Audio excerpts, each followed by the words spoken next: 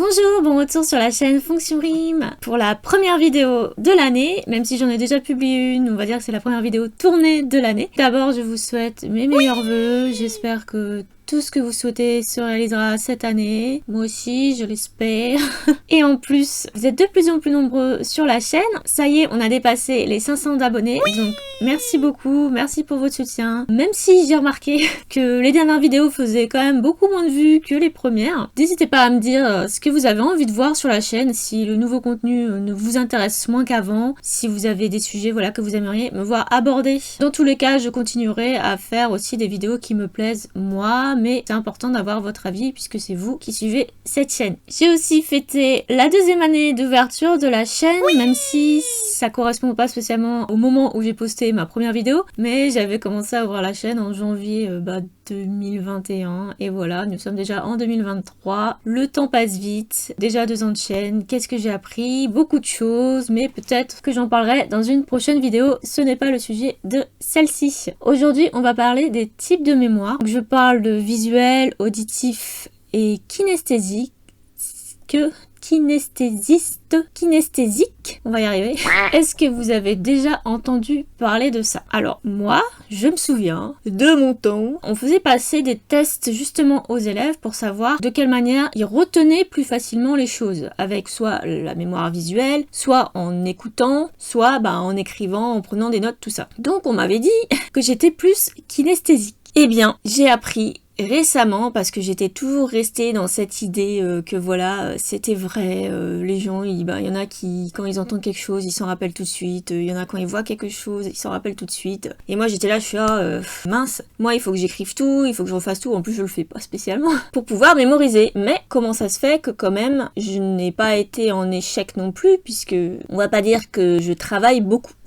Enfin, disons que je suis un peu partisane du moins j'en fais, mieux je me porte. Alors que, et bon, ne suivez pas mon exemple, c'est pas ce qu'il faut faire. J'en reviens à ce que je disais. Donc j'ai appris récemment, suite à des commentaires sur la dictée, qui allait être beaucoup plus mise en avant, dorénavant, dans le système d'apprentissage pour les élèves. Et ça m'a fait repenser à ça, ce type de mémoire. Eh bien, c'est un neuromythe. Qu'est-ce que c'est qu'un neuromythe? En gros, ça veut dire que, donc neuro, ça vient des neurones, le cerveau. Les mythes et légendes, vous savez tout ce que c'est. Et donc les neuromythes, c'est-à-dire des mythes par rapport au cerveau. Des choses qui n'ont pas été prouvées scientifiquement, comme quoi ça existait, comme quoi c'était un fait avéré, ou donc qui ont été démontrés, justement pour dire que c'était un fait non avéré, mais qui reste populaire parmi la population, et donc qui est entièrement faux. Puisque bien sûr, ce type de mémoire existe, mais ce qui est entièrement faux, c'est qu'il y aurait en fait des gens qui apprendraient plus facilement en regardant,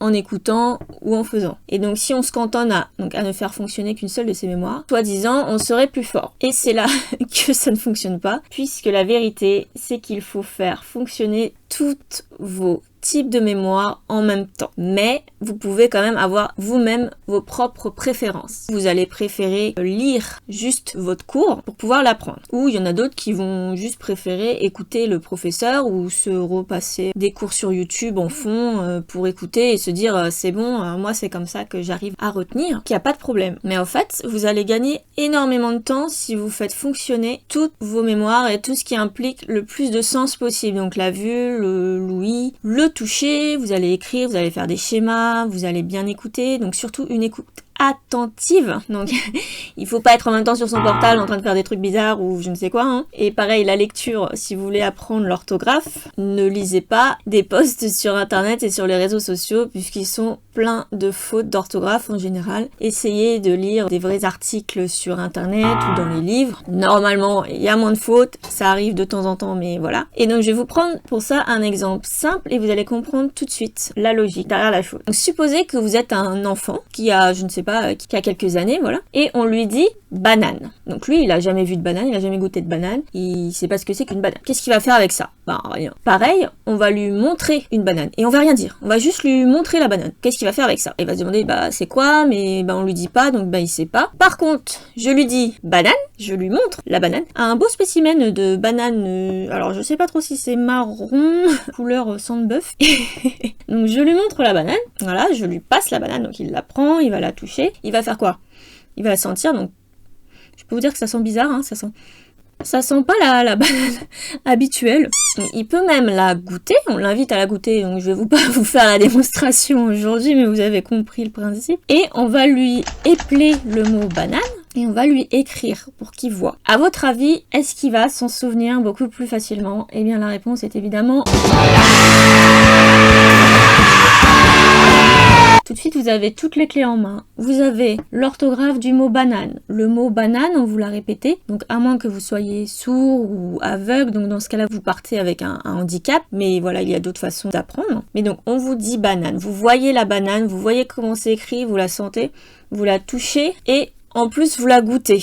Et ben c'est bon. C'est acquis pour vous ce que c'est qu'une banane. Vous n'avez plus qu'à reproduire en fait ce schéma dans à peu près tout ce que vous avez envie d'apprendre. Donc ça va être plus compliqué pour certaines matières parce que vous n'allez pas vraiment pouvoir goûter des mots. Enfin, à part la banane, vous pouvez goûter la banane, enfin vous avez compris. Mais tout ce qui est adverbe, etc., conjugaison, les verbes, c'est compliqué de goûter, sentir. Mais au moins vous pouvez faire des schémas, écrire, bien écouter, écoute attentive. Je reprends là-dessus. Lisez aussi vos cours à haute voix. C'est très important. Donc n'ayez pas honte s'il y a des gens au cours de vous. C'est pas grave, vous en fichez. Lisez des livres le plus possible. Et bien sûr sur des sujets qui vous intéressent. Donc là je parle surtout de l'orthographe parce que comme je vous ai dit précédemment, j'ai décidé de faire cette vidéo suite à les informations sur la dictée que j'ai vues. Et donc moi je déteste, et les dictées, j'avais des zéros parce que la note minimum c'était 0, mais je pense que j'aurais pu avoir des moins 100. Pour moi c'était de la torture. Donc j'ai des amis qui m'ont dit, je vais peut-être déposer ma banane. Elles adoraient les dictées, voilà, c'était leur truc, elles adoraient ça, alors que moi ce que j'aimais c'était plutôt interpréter une fable, interpréter une chanson. Pour moi tout passe surtout par la musique, le fait de faire la chose, comme je vous ai dit c'est ce que je préférais, mais j'apprenais beaucoup plus facilement quand il y avait un sujet qui m'intéressait. Et donc la dictée au sens strict du terme, juste dicter, pour moi ça ne sert à rien. Donc si vos professeurs en plus vous disent vous êtes de type visuel, t'as juste à lire et tu vas t'en rappeler. C'est vrai que la plupart des gens sont visuels. Mais ça ne va pas suffire à certains. Il va falloir que vous fassiez autre chose, un effort supplémentaire que vos camarades ne vont pas avoir à faire ou que eux vont avoir à faire dans une autre matière. Donc n'hésitez pas parce que tout ça c'est juste un gain de temps. Petite personnage, j'ai perdu énormément de temps. Là, je suis en train d'apprendre donc des langues. Le coréen est toujours l'anglais. L'anglais, je l'ai appris en traduisant des chansons. Donc c'était facile. J'adorais un artiste. Donc à l'époque, c'était Eminem. Il y avait Britney Spears. Oui, vous pouvez remonter à l'époque, c'était loin. Tout ce genre d'artistes des années 2000. Et donc, j'avais envie de savoir ce qu'il disait. Donc en écoutant ce qu'il chantait, je traduisais avec ma sœur. Et voilà, c'est comme ça qu'on est devenu très forte en anglais. Par la suite, j'ai pas voulu faire plus d'efforts. Donc, je suis restée très longtemps à un niveau... voilà, on va dire moyen d'anglais. Maintenant je fais plus d'efforts et en plus j'apprends le coréen. C'est un alphabet différent. J'apprenais mes cours dernièrement juste en lisant et en répétant et je les écrivais qu'une fois. Et bien maintenant je les écris plusieurs fois et le mot rentre beaucoup plus facilement. Je veux dire, ça fait plusieurs mois que j'essaie d'apprendre des mots qui veulent pas rentrer dans ma tête et là depuis quelques jours j'ai enfin décidé de les écrire, de les répéter et de les lire en même temps. Et bien en même pas quelques heures, c'est bon, mon cerveau il avait retenu le mot. C'est vraiment, voilà, quand je vous dis que je suis une adepte de la flemme, c'est entièrement vrai. Donc ne suivez pas mon exemple, voilà. Mettez-vous tout de suite, essayez de faire travailler le plus de mémoire possible en même temps. Vous allez penser que sur le coup vous allez perdre du temps, mais au final vous allez en gagner énormément par la suite. Et si vos professeurs, vous trouvez qu'ils sont, enfin c'est possible, il y a des professeurs qui sont pas très bons, qui vous ont parlé donc tout ça des mémoires visuelles et auditives et tout, vous pouvez leur dire c'est un neuromythe. Vous pouvez aller vérifier sur internet. Et d'ailleurs dans la description de la vidéo, je vais vous mettre des liens de vrais articles, donc scientifiques, etc. Vous pourrez aller vérifier que tout ce que je vous dis est vrai. Vous pourrez même briller en société avec cette information. Vous allez découvrir d'ailleurs qu'il y a d'autres neuromythes très intéressants. Donc voilà, j'espère que ces informations vous seront utiles. Moi j'ai démonté une croyance que j'avais depuis longtemps et donc je suis vraiment ravie, en fait, je suis contente. J'adore faire ce genre de vidéos, faire des recherches, partager tout ça avec vous. Je trouve ça vraiment important et en fait démonter ce genre de croyances qui ne sont pas du tout basées sur des faits scientifiques, qui vous perturbent plus qu'autre chose. Tout ça pour essayer de faire rentrer des gens dans des cases. Un peu comme le test de personnalité que vous avez peut-être vu sur internet avec les 16 personnalités. Donc moi je connais la mienne et c'est vrai que ça me ressemble. Maintenant, il y a plein de gens qui vont la repasser quelques jours plus tard, etc. Voilà, ils vont pas être dans les mêmes sentiments, les mêmes ressentis et bizarrement, ils vont avoir une personnalité qui va changer. C'est un peu bizarre. Mais en même temps, c'est logique, on change, voilà, on n'a pas les mêmes ressentis à ce genre de moment. Ça veut pas dire qu'on est dans une case, on est comme ça et on va agir comme ça. En fait, le spectre, il est vraiment large. Donc, ne vous dites pas, voilà, les visuels sont par là, les auditifs sont là et les autres sont comme ça et donc on va les faire apprendre de telle manière et ça va fonctionner. Eh bien, non, ça fonctionnera pas. Ne vous rangez pas dans une case, ne dites pas, voilà, lui il a dit que j'étais comme ça, lui il a dit que j'étais nulle de toute façon, que j'arrivais à rien. Bah, c'est faux, vous. N'écoutez pas ce que les gens vous disent, voilà. À part moi.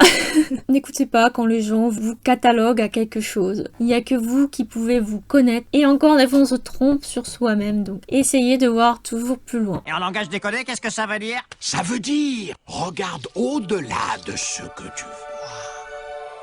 Et fiez-vous à vos sens, utilisez le maximum de sens, utilisez tout ce que vous avez et vous verrez, ça va fonctionner, vous allez réussir tout ce que vous allez entreprendre. Voilà, ça sera tout pour aujourd'hui, je vais arrêter la vidéo ici et je vais aller ranger ma banane. Si vous avez aimé cette vidéo, laissez-moi un pouce et abonnez-vous si ce n'est pas encore le cas. Allez, à la prochaine, révisez bien, apprenez bien, écrivez bien.